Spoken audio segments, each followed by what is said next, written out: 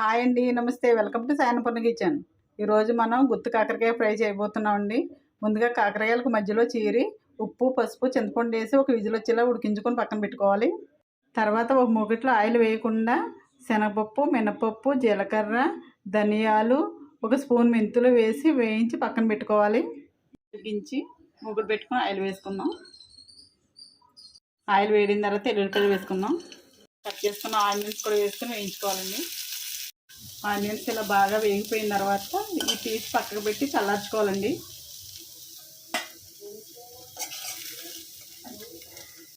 ఒక మిక్సీ జార్లో వేయించిన శనగపప్పు అది పౌడర్ చేసుకోవాలండి.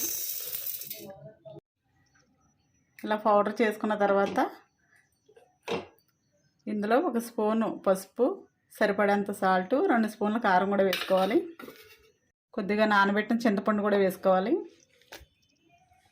ఇందులో చల్లార్చుకున్న ఆనియన్స్, వెల్లుల్లిపాయలు కూడా వేసేసుకోవాలి. వేసుకొని బాగా మెత్తగా పేస్ట్ చేసుకోవాలి.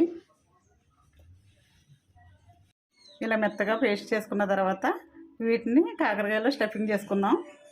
ఉడికించిన కాకరకాయల్లో వాటర్ అంతా పిండేసి మధ్యలో ఇలా గింజలు తీసేసి ఇలా ఓపెన్ చేసుకోవాలండి. ఇందులో ఈ పేస్ట్ని స్టఫింగ్ చేసుకుందాం. ఇలా చేసి ఇది ఇలా క్లోజ్ చేసేసుకోవాలి.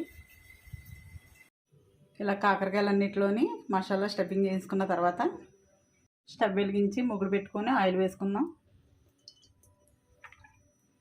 ఆయిల్ వేడైన తర్వాత స్టఫింగ్ చేసుకున్న కాకరకాయని పెట్టేసుకుందాం. పెట్టుకొని బాగా ఎర్రగా వేయించుకోవాలి.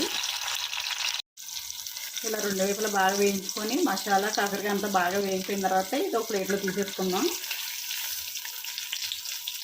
ఇలా కాకరకాయలన్నీ ప్లేట్లో తీసుకోవాలండి. ఓకే అండి, గుత్తి కాకరకాయ ఫ్రై రెడీ అయిపోయింది.